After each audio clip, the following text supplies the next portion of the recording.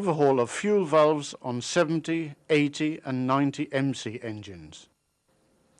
See Instruction Book, Volume 2, Procedure numbers 901 and 909.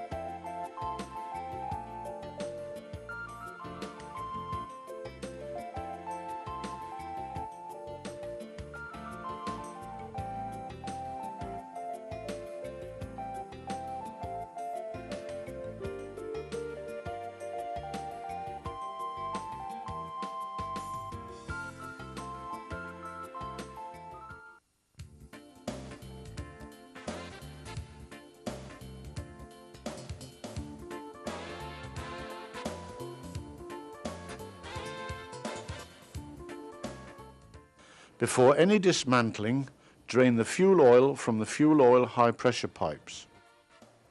Using a hook spanner, loosen the union nut. Using a spanner, loosen the coupling pieces fitted on each end of the high pressure pipe.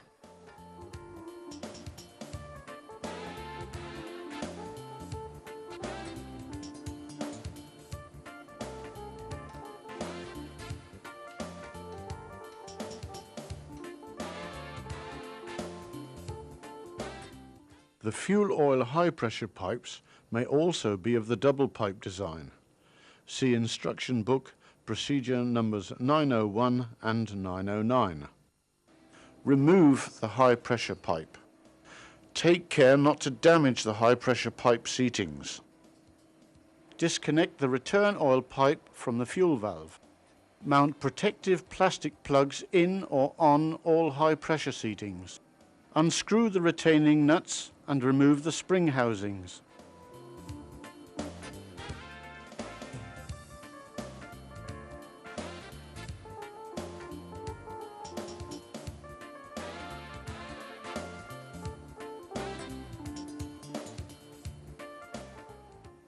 Remove the fuel valve from the cylinder cover using the lifting tool if the valve sticks.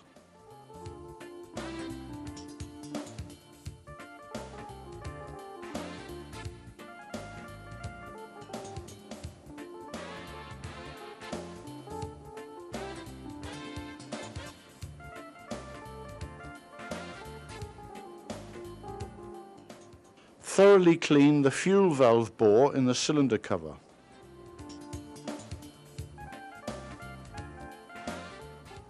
Clean off any carbon deposits in the fuel valve bore with a carbon cutter.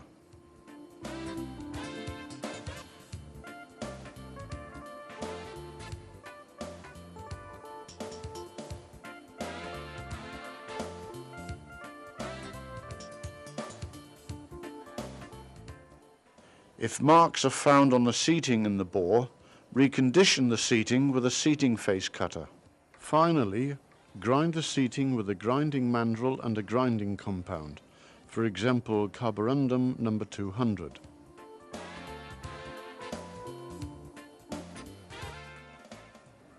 After milling and grinding, thoroughly clean the bore and seating and check again that there are no signs of damage on the seating.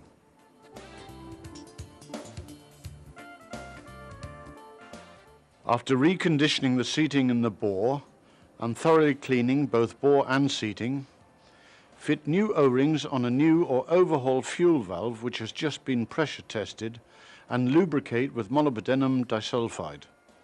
Carefully mount the valve in the cylinder cover.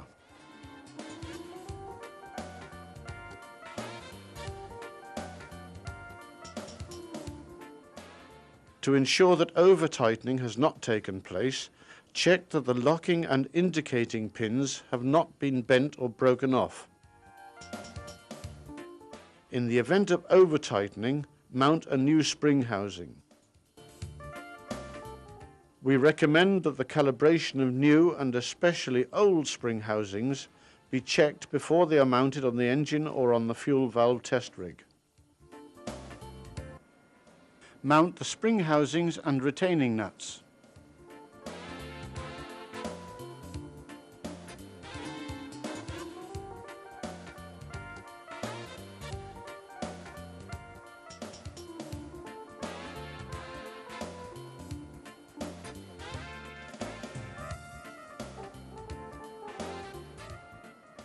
Tighten the nuts until the top face of the pressure disc is flush with the top face of the spring housing.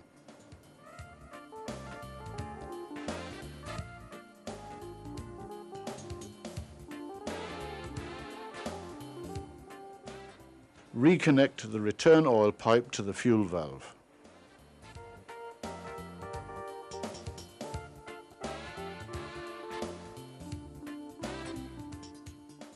Check that there are no marks on the seating surfaces of the fuel oil high pressure pipe.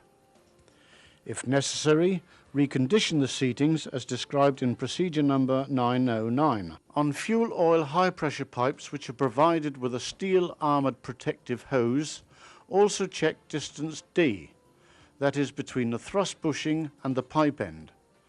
See procedure number 909.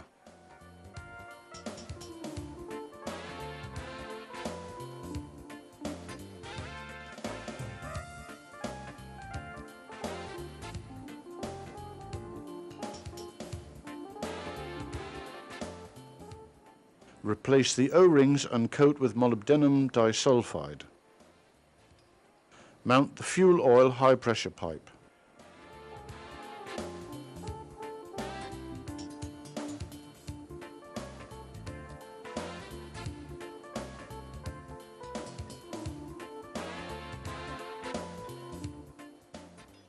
Adjust the torque spanner to the value indicated in procedure number 901. Tighten the coupling pieces using the torque spanner.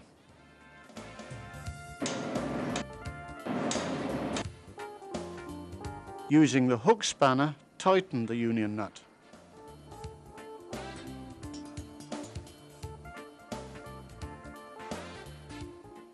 Close the fuel oil drain valve. Turn on the fuel oil supply.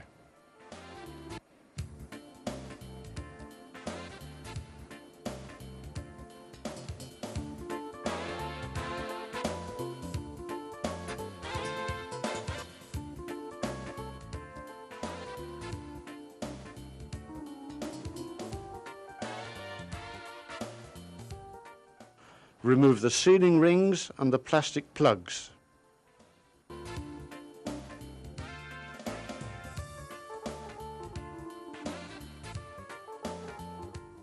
Set up the fuel valve in a bench vise provided with soft jaws.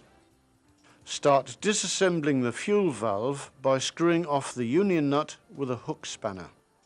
When overhauling fuel valves, handle all parts with the utmost care and keep them completely clean.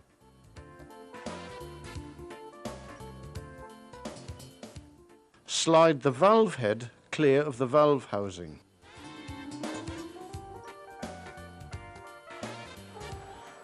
Remove the non-return valve, thrust spindle and thrust foot from the valve housing. Loosen the spindle guide with a soft hammer and remove the spindle guide and nozzle.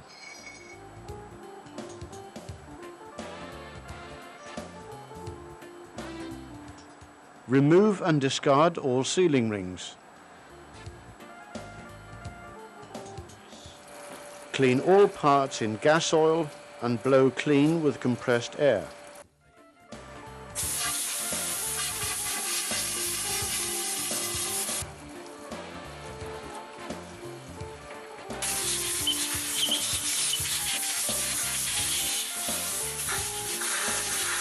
Carefully clean and examine the parts and, if necessary, grind the seating surfaces with a grinding mandrel and carborundum number 500.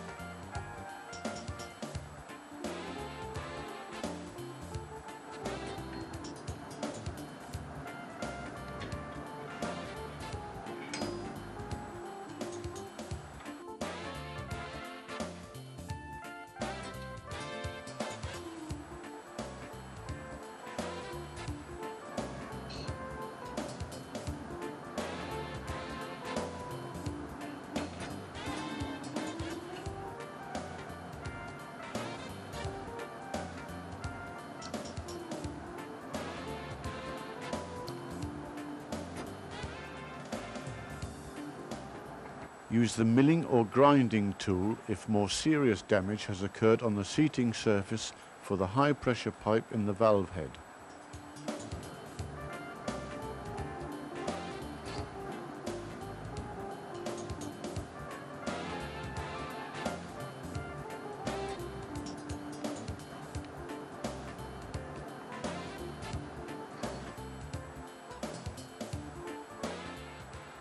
Use the milling tool if more serious damage has occurred on the seating surface for the high pressure pipe in the valve head. The diameter of the seating surface must not exceed the value stated in procedure number 909 in volume 2 of the instruction book.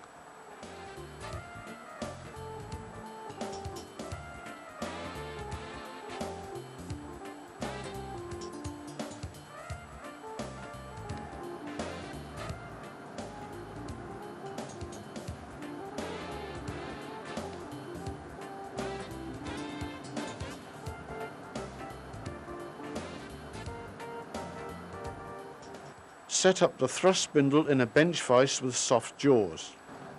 Compress the spring for the thrust spindle to remove the tension on the circlips and then remove the circlips.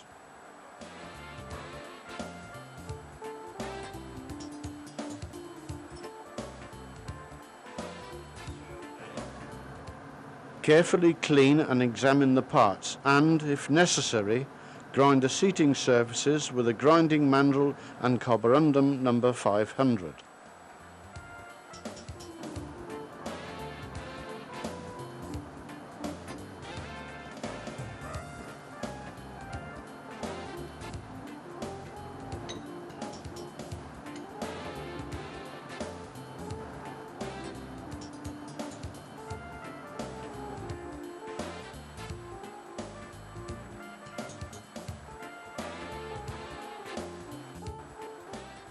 Remove the sealing ring from the spindle guide. Disassemble the spindle guide with a brass mandrel and a hammer. Disassemble the non-return valve using the special tool.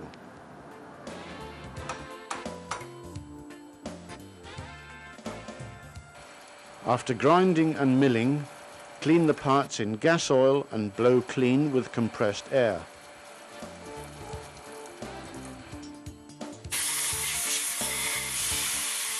Use the special drills to clean off any carbon deposits in the central bore of the fuel valve nozzle or in the spray hose.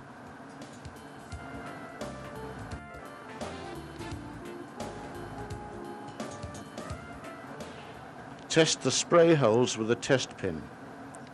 If the test pin can be inserted into just one of the holes, or if the holes have become oval, the fuel nozzle must be discarded.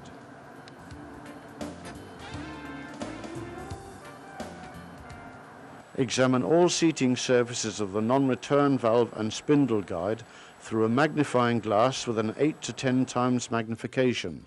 If there are pressing in marks or the like on the seats, mount a new non-return valve or a new spindle guide. Lapping of the internal seatings is not acceptable. Defective parts, with the exception of the spring, cannot be replaced individually. Remove any deposits on the sliding surfaces with a grade 360 emery cloth and oil. Lubricate all movable parts with molybdenum disulfide.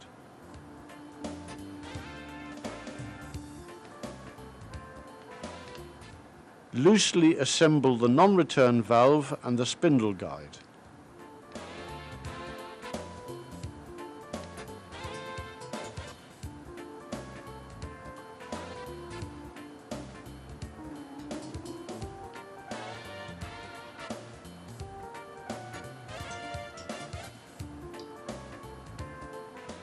Make sure that the parts are perfectly aligned and position the special tool. Fit the parts firmly together by pressing down on the drilling machine handle. Starting with any additional discs, assemble the thrust spindle.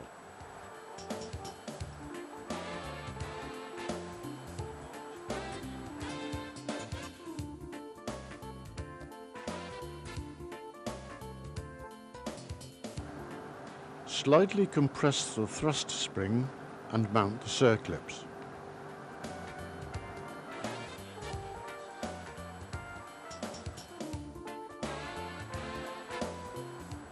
Mount the fuel nozzle in the valve housing, making sure that it engages correctly with the guide pin.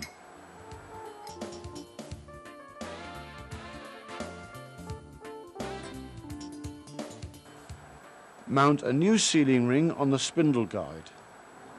Coat with molybdenum disulfide and mount spindle guide, thrust foot, thrust spindle with the circlips facing the spindle guide, and non-return valve.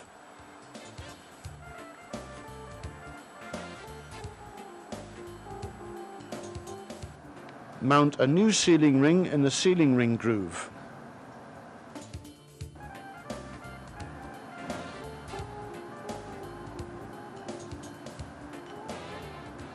Mount the valve head, ensuring that the guide pin between the valve housing and valve head is correctly engaged so that it will prevent the parts from turning in relation to each other. Mount the union nut and tighten it with a hook spanner.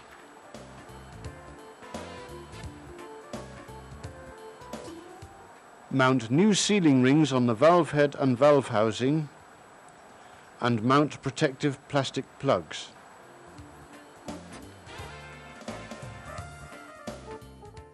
Overhauled fuel valves or fuel valves taken from stock must be function tested before they are mounted in the cylinder cover.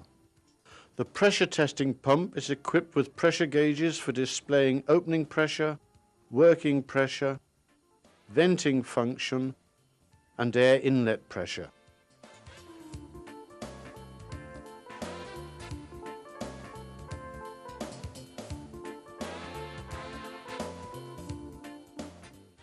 Position the fuel valve in the test rig.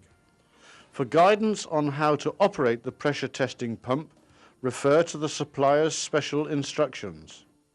To ensure that over-tightening has not taken place, check that the locking and indicating pins have not been bent or broken off.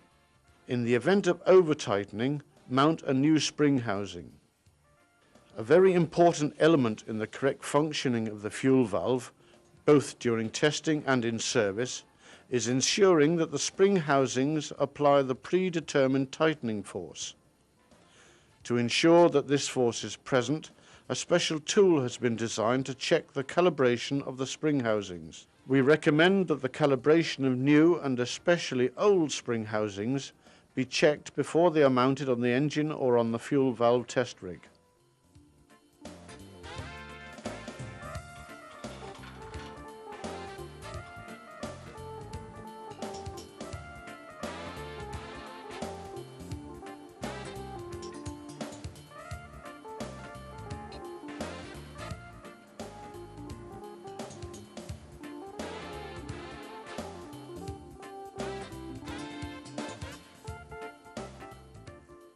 Tighten the nuts until the top face of the pressure disc is flush with the top face of the spring housing.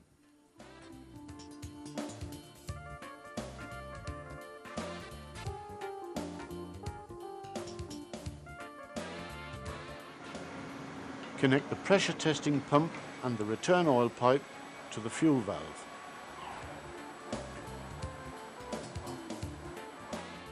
Slowly fill the valve by pumping at low pressure until oil, without air bubbles, flows from the return oil pipe.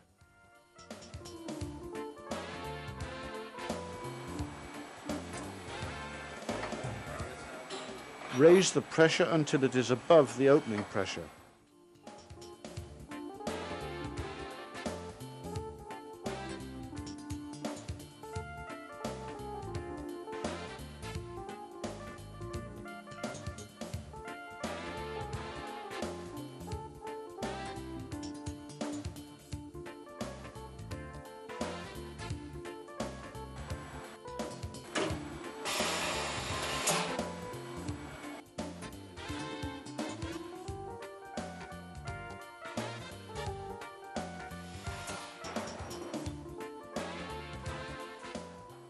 Flush the valve for about 5 seconds.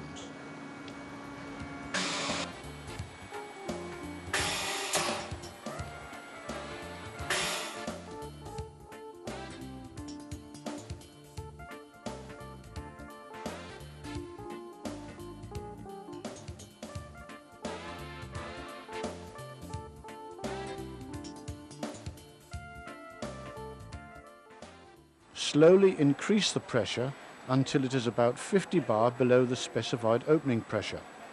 See Instruction Book, Volume 2, Procedure number 909. There will always be a certain amount of oil flowing from the return oil pipe when the fuel valve is full of oil and pressurized. Oil must not seep from the fuel valve nozzle holes until reaching a pressure of 50 bar below the specified opening pressure. If oil does seep from the fuel valve nozzles, see Procedure number 909. Lapping of the internal seatings is not acceptable. Pump 5 to 10 strokes to fully open the valve and to blow out any dirt. Then relieve the pressure.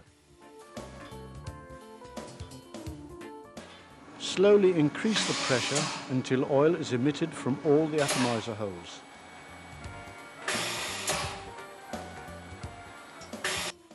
Read the actual opening pressure on the pressure gauge marked opening pressure. Compare the actual opening pressure with the pressure specified in procedure number 909 and, if necessary, insert or remove discs or replace the spring. Set up the thrust spindle in a bench vise with soft jaws. Compress the spring for the thrust spindle to remove the tension on the circlips and then remove the circlips. Starting with any additional discs, assemble the thrust spindle. Do not insert more than 5 extra discs when adjusting the pressure. Slightly compress the thrust spring and mount the circlips. The fuel valve must be retested after any adjustment.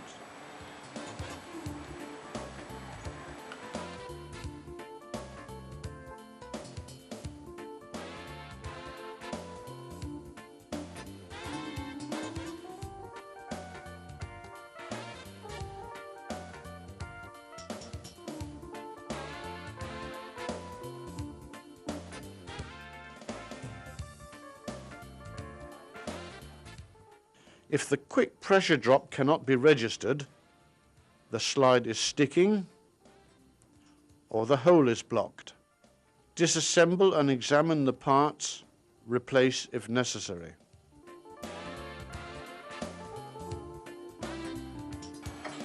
Slowly fill the valve by pumping at low pressure until oil, without air bubbles, flows from the return oil pipe. Remove the return oil pipe and block the outlet hole with a gasket and a plug screw.